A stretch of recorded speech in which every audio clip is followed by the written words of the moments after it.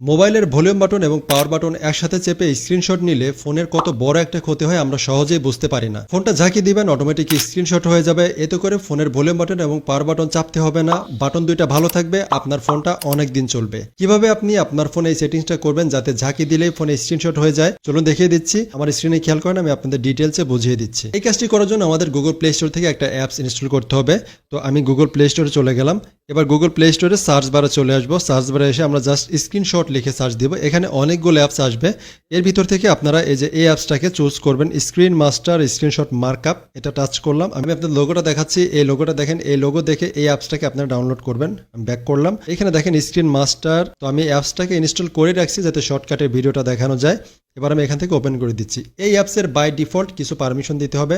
একটা কথা বলে রাখি, এই অ্যাপসে কিন্তু বেশি পরিমাণে অ্যাডস আসে। এবার এখান থেকে অ্যালাউ অল এটাতে টাচ করতে হবে।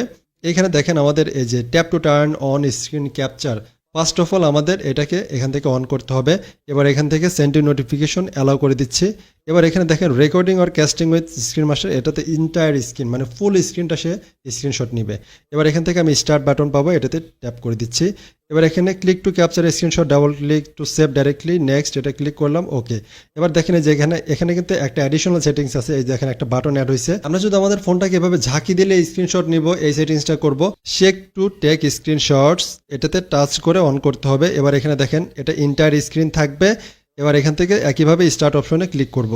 এবার এই অ্যাপসের কাজ আমাদের শেষ। এবার আপনি আপনার ফোনটাকে ঝাঁকি দিলেই অটোমেটিক স্ক্রিনশট হয়ে যাবে, আপনাকে বারবার আর পাওয়ার বাটন এবং ভলিউম বাটন চাপতে হবে না। আশা করি ভিডিওটা ভালো লাগছে। ভিডিও ভালো লাগলে অবশ্যই লাইক কমেন্ট শেয়ার করবেন, পেজটা ফলো দিবেন এরকম আর হেল্পফুল ভিডিও পাওয়ার জন্য। ভালো থাকবেন সবাই, আসসালামু আলাইকুম।